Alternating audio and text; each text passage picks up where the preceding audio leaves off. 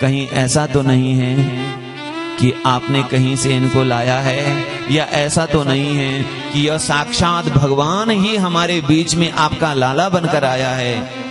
और ब्रजवासी फिर याद कर रहे हैं एक एक घटना को।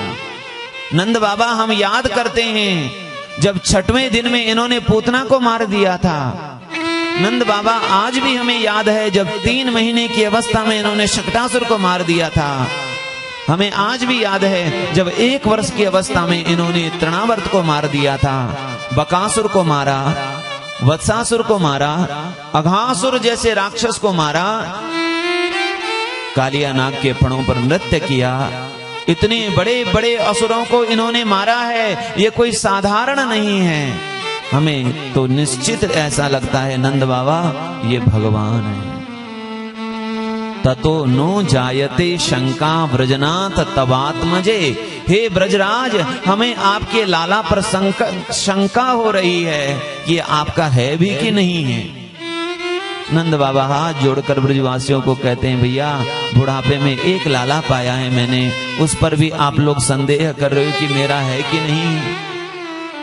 सच आप लोगों को बताऊं, जब नामकरण संस्कार होना था मेरे लाला का, उस समय गर्गाचार्य आए थे। मैंने आप लोगों को सूचना नहीं दी, पर जब गर्गाचार्य जी जब नामकरण कर रहे थे, उस समय गर्गाचार्य जी ने कुछ बात मुझे बताई थी, वही बात मैं आप लोगों को बता रहा हूं।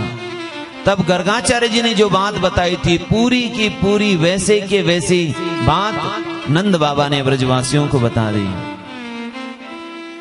गर्गाचार्य ने कहा था, नंद बाबा तुम्हारा लाला हर युग में जन्म लेता है। सत्य युग में जब इन्होंने जन्म लिया तो इनका वर्ण था श्वेत। त्रेता में जब इन्होंने अवतार लिया तब इनका स्वरूप था रक्त। और फिर जब इन्होंने द्वापर में लिया तो इनका पीत था। और इदानीम कृष्णताम गता, अभी इन्होंने कृष्ण स्वरूप लिया है। ये भी बताया, कभी यह वसुदेव के पुत्र होने से इनको वासुदेव कहेंगे।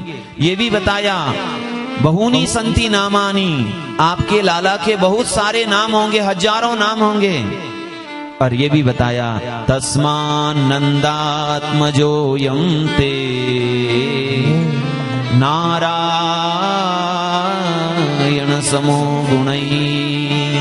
हे नंद बाबा, तुम्हारे लाला ने अनेक बार जन्म लेकर के असुरों का नाश किया है और सज्जनों की रक्षा करी है, इसीलिए तुम्हारे लाला में भगवान नारायण के गुण हैं।